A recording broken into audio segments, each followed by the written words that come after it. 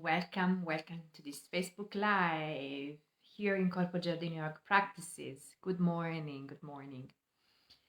I hope you're super fine, that you started a beautiful day with a beautiful smile on your face, and if not, with a lot of self-care and self-love.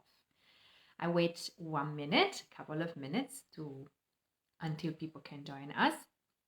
And today we talk about brain overload and information overload. So we're going to reflect about this topic, and we're going to practice a breath exercise at the end so that we can learn how to slow down really our system. If you're watching live right now or the replay, please leave a comment in the comment section below. How do you feel this morning and from where you're watching?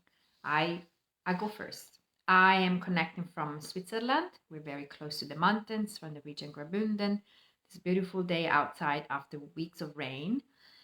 And I'm feeling rested and I'm feeling serene and very happy to be here again to share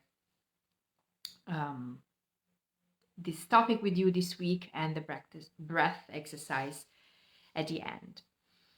So again, tell me how you're feeling and from where you're watching. Let's see, sorry, I have to use my finger. Good. 1 more minute and then we start.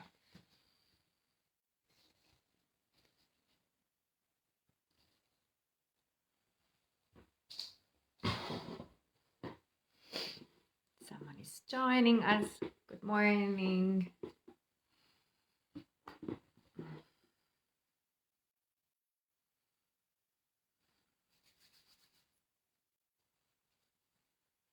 Very excited about this topic today. Super excited.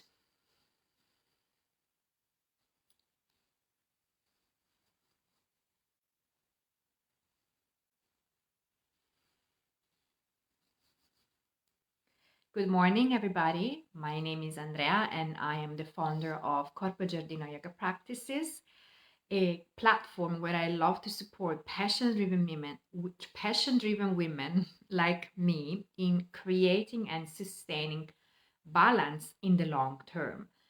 How can we do that? By applying yoga tools daily and following the wisdom of nature, we can learn how to navigate stressful situation, and we can constantly renew and refresh our system. Today, as I said before, we talk about brain overload or information overload, why it happens and how and what can we do basically to slow down our system. To really have an understanding, we all have an understanding of what is brain overload because we experience this probably daily or at least constantly. Picture yourself at work, and I'm assuming that you're working at the office, or picture yourself again in your workplace. Open up your computer and you have, if we are lucky, 10 different tabs open, 300 emails, 1 draft email, and then you have Facebook open, and then you have Canva and MailChimp or whatever system that you're using, and then you have the news of the morning, and then you have your bank account, e-commerce, this in front of your eyes. Plus you have your phone that is constantly sending you notifications about your social media or the app that you don't really use. And if you're working with other people in an office and not from home, you have your colleagues interrupting you and your boss is calling you. And then you have your personal life coming in during a work day. And this constant stimulation fries the brain. Literally fries the brain. And when we need to deal with a huge amount of work, our brain can receive and can take only up to a quantity of daily information. After that, it's really fried. And the sensation that I have is that my brain goes in tilt. I can't process new information anymore. I can't really learn anything new. My decision making skill is really under my feet. I can't really take clear and intelligent and efficient decision. And I experienced kind of a brain fog. Why does it happen? Because our modern, our contemporary society and the way that we live overstimulates the brain over and over and over again. And this comes with a cost.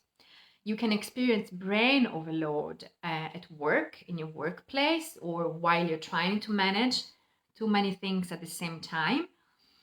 But also it can happen in your day-to-day life, in your personal life. For example, I experienced brain overload, and I still do sometimes, during my first 2 years of being an expat, where my brain had to process so many new informations daily regarding not only the language and the dialect I'm speaking here, but also the mentality and the culture, the unwritten rules of society. This is still a very new part for me, and the brain needs time to process, needs time to elaborate information. I would going to read you right now a quote from Daniel G. Levitin from an article from The Guardian. And tomorrow I'm going to share with you a blog post where you can have everything written down. You can go and read this blog post anytime you want. And he says, we are assaulted with facts, pseudo-facts, jibber-jabber, and rumor, all posing as information. Trying to figure out what we need to know and what we can ignore is exhausting. At the same time, we're all doing more. 30 years ago, travel agents made our airline and rail reservations. Salespeople helped us find what we were looking for in shops, and professional typists and secretaries help busy people with their correspondence. Now we do the most of these things ourselves.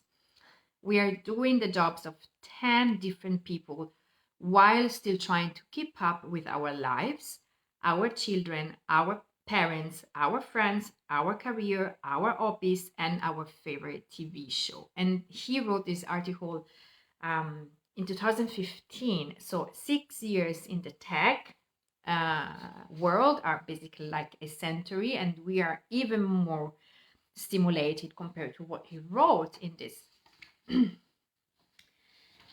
So the symptoms of overload, basically, as I said before, there are this sensation that you can't process information over more. The brain is completely drained and exhausted.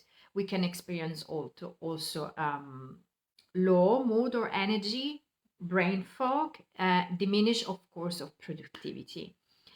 And then directly connected to the topic of the brain overload is multitasking, because multitasking, it's a myth. Basically, it's a well crafted and big illusion. When we think and when we have the sensation that we are managing different things at the same time, and we feel like a superhero, what is really happening? The brain is constantly changing tasks very quickly. The brain can't really deal and manage different things at the same time. It's constantly flipping from one task to the other very, very, very quickly. And this comes with a cost, of course. If we are overstimulated and thinking that we are multitasking, in reality, we are draining the brain of its own energy. And no wonder we always feel completely exhausted and completely tired, right? And multitasking, or what we think is multitasking, stimulates basically the stress hormones that are cortisol and adrenaline. And these mainly hormones, they can cause brain fog, as we said before, and poor thinking. And it also creates a dopamine addiction feedback loop rewarding the brain for losing focus and constantly looking for external stimulations. That's why sometimes, even if we know we are tired after maybe a long day at work, we can't really stop because our brain is really addicted to stimuli and we are looking even for more stimuli, like, for example, social media. Paradoxically, and I'm sometimes, of course, I do the same. We're all in the same boat.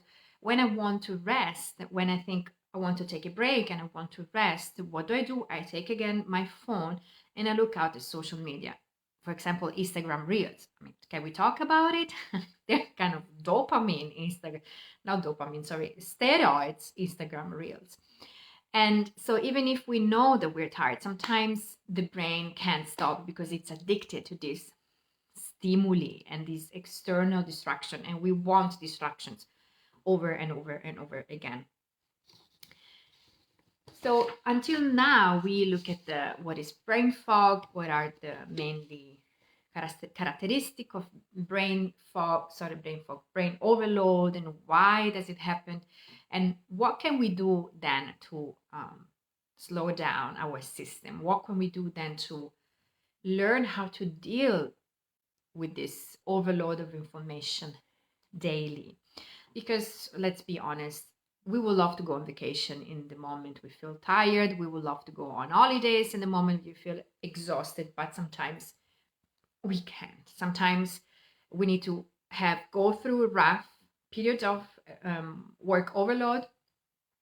We go through period of difficulties, situations, and we need to have a tool daily that slow down our system and helps us to shift from this fight or flight mood to this rest, digest,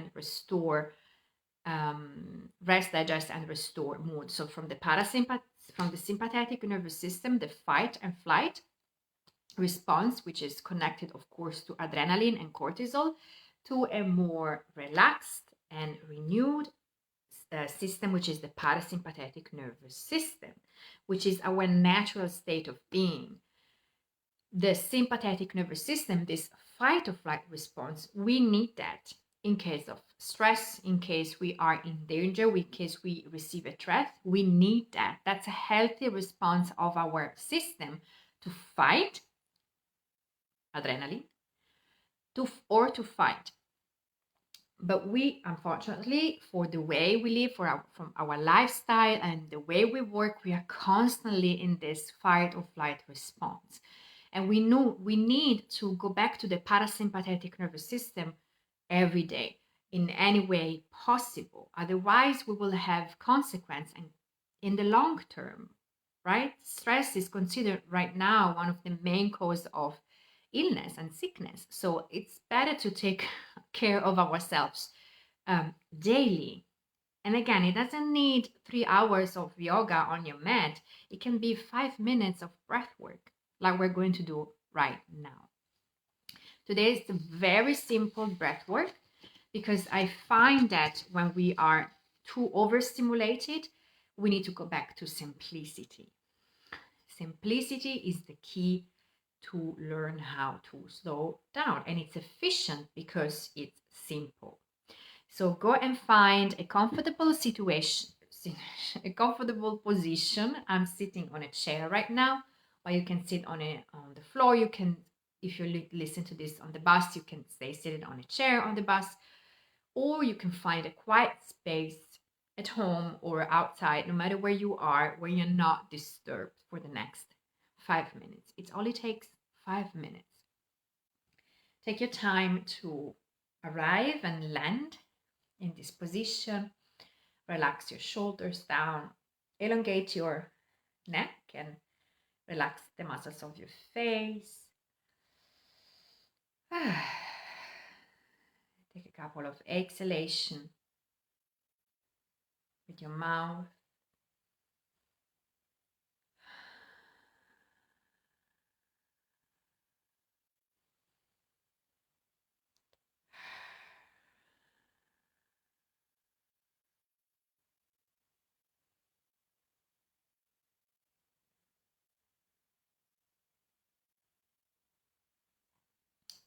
Place and then slowly both hands on your belly, on your tummy.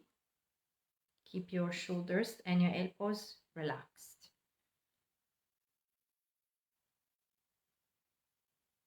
And breathe in your hands.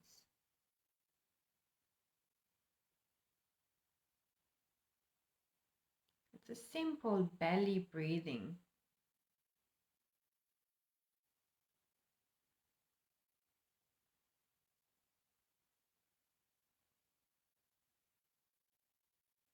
Consciously bring your attention down in your abdominal area, in your belly.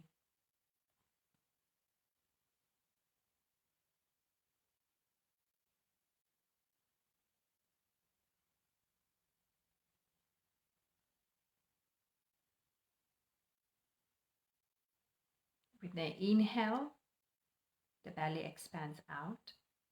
So the inhale is connected to the expansion, also energetically.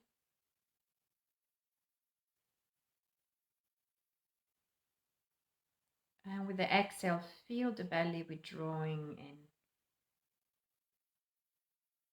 The exhale is connected to grounding, contraction.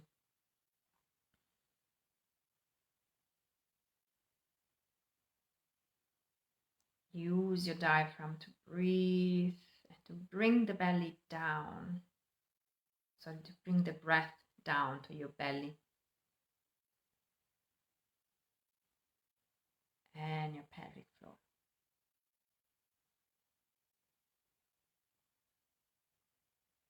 Observe how the more you do it,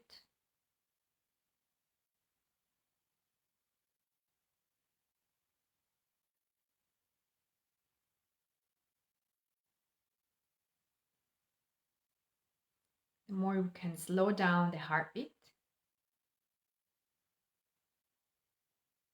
slow down our entire system,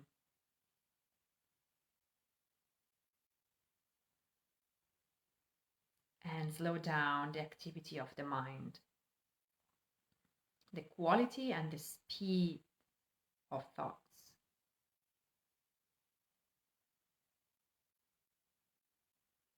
So the breath shapes the mind, and the mind shapes the breath.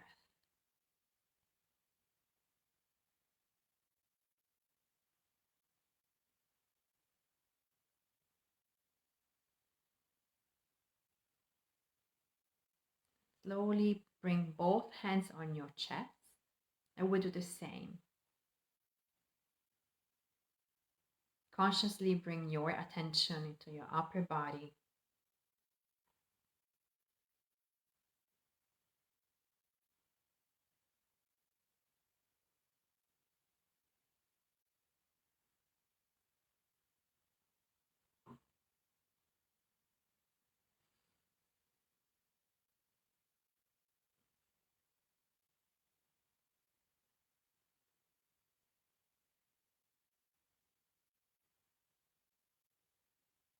Breathe in your hands.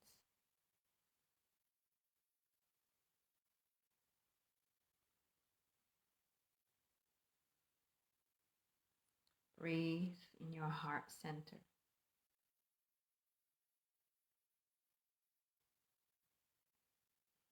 And ask your mind, ask your brain to bow towards your heart center and towards your body, stepping back.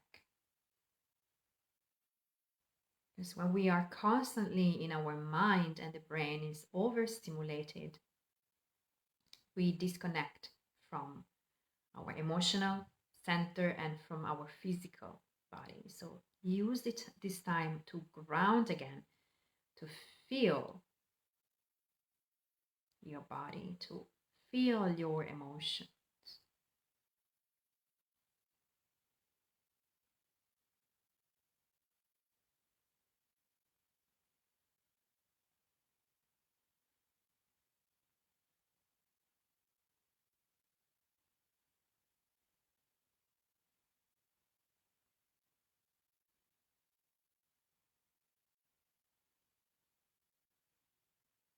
relax the hands on your knees.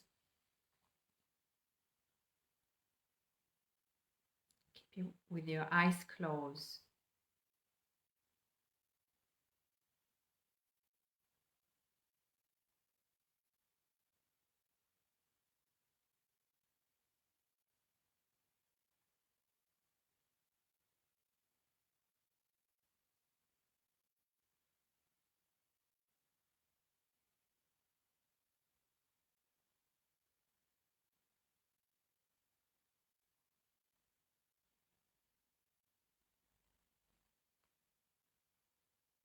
And simply feel and listen.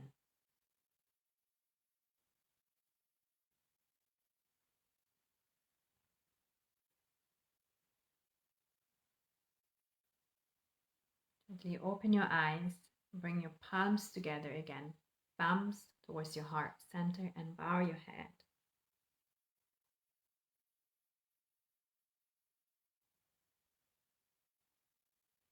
And commit to take care of yourself daily.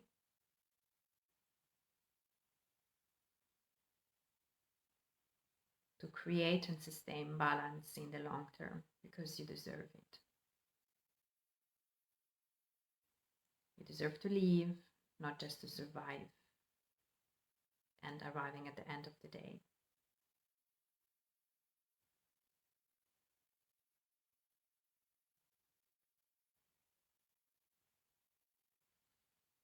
And I deeply thank you from the bottom of my heart.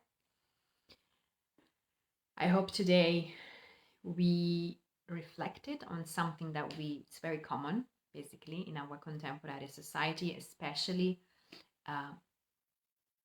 if we're trying to manage different things in our life, as women do, basically, the most of the time. If you have questions, I'm here for you. If you want to practice something specific, talk about something specific, I'm here for you. Please reach out. I wish you a beautiful rest of the day and see you next week with another topic and practice. Bye.